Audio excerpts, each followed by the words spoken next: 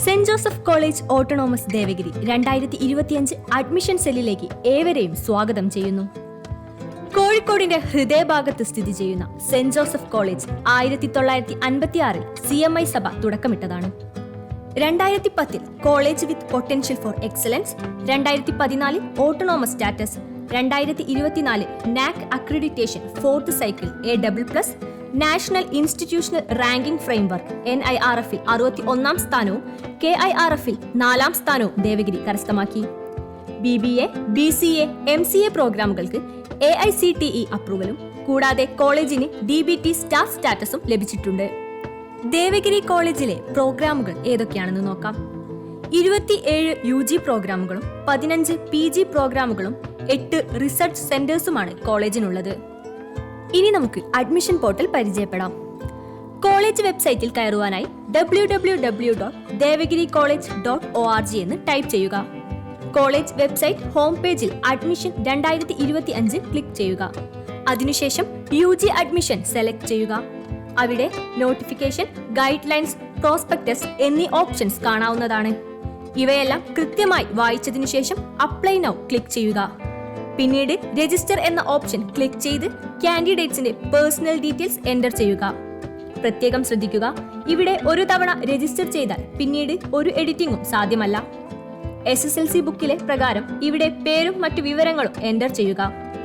Registration ശേഷം ലഭിക്കുന്ന user ID, password എന്നിവ സൂക്ഷിച്ചു വെക്കേണ്ടതാണ്. നിങ്ങളുടെ രജിസ്ട്രേഷൻ സക്സസ് ആയാൽ നിങ്ങൾ നൽകിയിട്ടുള്ള ഇമെയിൽ IDയിലേക്കും മൊബൈൽ നമ്പറിലേക്കും യൂസർ ID, പാസ്വേഡ് എന്നിവ മെസ്സേജ് വന്നിട്ടുണ്ടാകും. പിന്നീട് അഡ്മിഷൻ പോർട്ടലിലേക്ക് എൻ്റർ ചെയ്യുന്നതിനായി ഇത് സേവ് ചെയ്തു വെക്കേണ്ടതാണ്. അഡ്മിഷൻ പ്രോസസ്സിന്റെ ഫസ്റ്റ് സ്റ്റേജായ പേയ്മെന്റിലേക്ക് നമുക്ക് പോകാം. ലോഗിൻ ചെയ്തതിനു ശേഷം കാണുന്ന ഓപ്പൺ ആപ്ലിക്കേഷൻ ഫോംസ് എന്ന പേജിൽ UG അഡ്മിഷൻ എന്ന ബട്ടണിൽ ക്ലിക്ക് ചെയ്യുക. ഇവിടെ click to apply option select ചെയ്ത് പേയ്മെന്റ് പേജിൽ എത്തുക. ഇവിടെ നിങ്ങൾ SC ST കാറ്റഗറി ആണെങ്കിൽ 125 രൂപയും ബാക്കി വിഭാഗത്തിലുള്ളവർ 350 രൂപയുമാണ് ഫീസ് അടയ്ക്കേണ്ടത്. മേക്ക് പേയ്മെന്റ് എന്ന ബട്ടൺ ക്ലിക്ക് ചെയ്യുമ്പോൾ പേയ്മെന്റ് ഗേറ്റ്വേയുടെ പേജ് ഓപ്പൺ ആവുന്നതാണ്. ഇവിടെ നിങ്ങൾക്ക് ഏത് ഉപാധി വേണമെങ്കിലും പേയ്മെന്റ് ചെയ്യുന്നതിനായി സെലക്ട് ചെയ്യാം. പേയ്മെന്റിനു ശേഷം നിങ്ങൾ കാണുന്നത് പുതിയൊരു വിൻഡോ ആയിരിക്കും. പേയ്മെന്റ് സക്സസ്ഫുൾ ആണെന്നും നിങ്ങൾ അടച്ച തുകയും ട്രാൻസാക്ഷൻ IDയും കാണിക്കുന്നുണ്ടാവും. പേയ്മെന്റ് സക്സസ്ഫുൾ ആയതിനു ശേഷം കാൻഡിഡേറ്റ്സിന്റെ പേഴ്സണൽ ഇൻഫോർമേഷൻ കൊടുക്കാവുന്നതാണ്.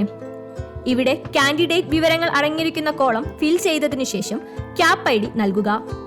ക്യാപ് ID ഉണ്ടെങ്കിൽ മാത്രം അത് എൻ്റർ ചെയ്തു കൊടുക്കാം, അല്ലെങ്കിൽ പിന്നീട് കൊടുക്കാവുന്നതാണ്.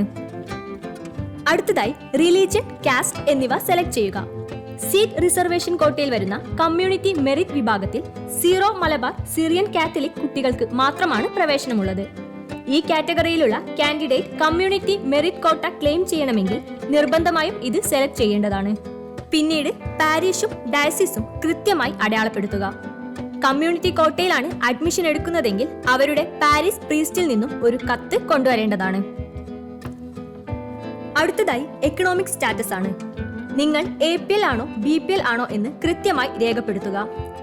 Economical back class among forward കമ്മ്യൂണിറ്റിയിൽപ്പെട്ടവർ സാമ്പത്തികമായി പിന്നോട്ട് നിൽക്കുന്നവരാണോ എന്നാണ് ചോദ്യം.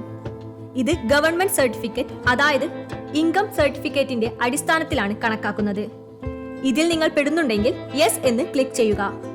ഇതിന് അനുയോജ്യമായ സർട്ടിഫിക്കറ്റുകൾ പിന്നീട് അഡ്മിഷൻ സമയത്ത് ഹാജരാക്കേണ്ടതാണ്.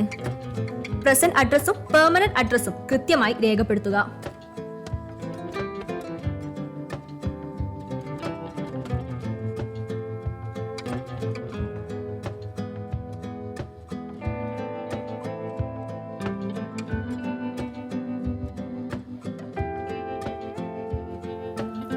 അടുത്തത് പേരന്റ് ഡീറ്റെയിൽസ് ആണ്. പേരന്റിന്റെ നെയിം, ഒക്യുപ്പേഷൻ എന്നിവ കൃത്യമായി എൻ്റർ ചെയ്യുക. ഫാമിലി ആനുവൽ ഇൻകം കൊടുക്കുമ്പോൾ ഒരു കാര്യം ശ്രദ്ധിക്കേണ്ടതായിട്ടുണ്ട്. ഫീ കൺസെഷൻ ഉള്ള കുട്ടികൾ ഇൻകം സർട്ടിഫിക്കറ്റിൽ കൊടുത്തിട്ടുള്ള ആനുവൽ ഇൻകം തന്നെ ഇവിടെ രേഖപ്പെടുത്തുന്നതിനായി ശ്രദ്ധിക്കേണ്ടതാണ്. അല്ലാത്ത പക്ഷം നിങ്ങളുടെ കൺസെഷന് ബുദ്ധിമുട്ടുണ്ടാകും. പിന്നീട് പാരന്റ് അല്ല ഗാർഡിയൻ എങ്കിൽ ഗാർഡിയന്റെ ഡീറ്റെയിൽസ് കൃത്യമായി രേഖപ്പെടുത്തുക.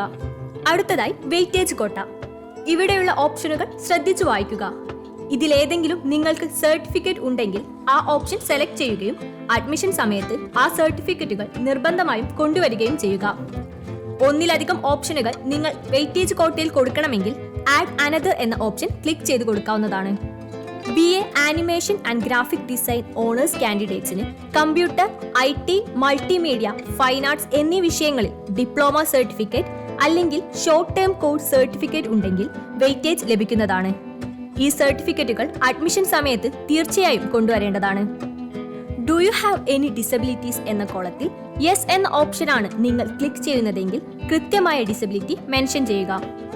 ഇവിടെ പ്രത്യേകം ശ്രദ്ധിക്കേണ്ട ഒരു കാര്യം, ബ്ലൈൻഡ് സ്റ്റുഡൻസിന് BSc computer science honours, BCA honours, BSc computer and mathematics double major എന്നീ വിഷയങ്ങൾ ഒഴികെയുള്ള ഒരു സയൻസ് വിഷയത്തിനും അഡ്മിഷൻ എടുക്കാൻ സാധിക്കുന്നതല്ല.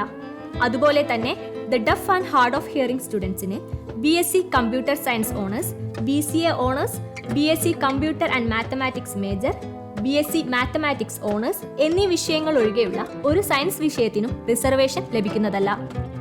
അടുത്തത് സ്റ്റുഡന്റ് ഫോട്ടോ. താഴെ കൊടുത്തിരിക്കുന്ന ഗൈഡ് ലൈൻസ് കൃത്യമായി വായിച്ചു നോക്കുക. അതുപ്രകാരം ഒഫീഷ്യൽ ആയിട്ടുള്ള പാസ്പോർട്ട് സൈസ് ഫോട്ടോ അപ്ലോഡ് ചെയ്യുക. സബ്മിറ്റ് ബട്ടൺ ക്ലിക്ക് ചെയ്ത് അടുത്ത പേജിലേക്ക് പോവുക. ഇനി എഡ്യൂക്കേഷണൽ ഡീറ്റെയിൽസ്. ഇവിടെ ഡീറ്റെയിൽസ് ഓഫ് ക്വാളിഫൈ എക്സാമിനേഷൻ ആണ് കൊടുക്കേണ്ടത്. നിങ്ങൾ +2 പഠിച്ച ഇൻസ്റ്റിറ്റ്യൂഷനും സ്ട്രീമും പാസ്സായ വർഷവും മറ്റു വിശദമായ വിവരങ്ങളും രേഖപ്പെടുത്തിയ ശേഷം സബ്മിറ്റ് ബട്ടൺ ക്ലിക്ക് ചെയ്യുക.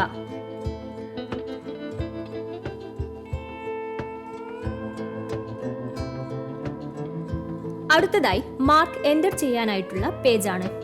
ഇവിടെ +2 നിങ്ങൾക്ക് ലഭിച്ച മാർക്കുകൾ കൃത്യമായി പൂരിപ്പിക്കുക. നമ്മൾ HSC പാറ്റേൺ ചൂസ് ചെയ്തതിനാലാണ് ഈ രീതിയിൽ നമ്മുടെ പേജ് നിങ്ങൾക്ക് കാണാൻ സാധിക്കുന്നത്.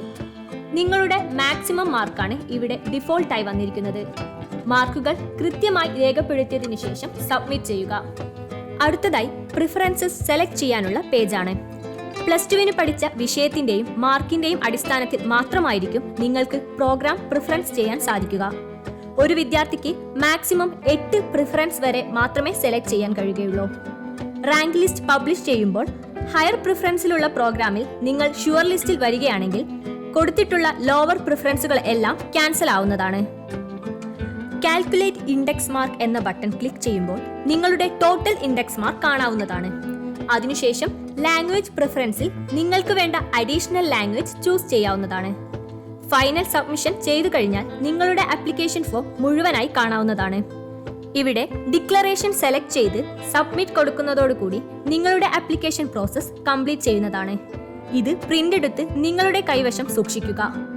ഫൈനൽ സബ്മിഷന് ശേഷം ഒരു എഡിറ്റിംഗും സാധിക്കുന്നതല്ല.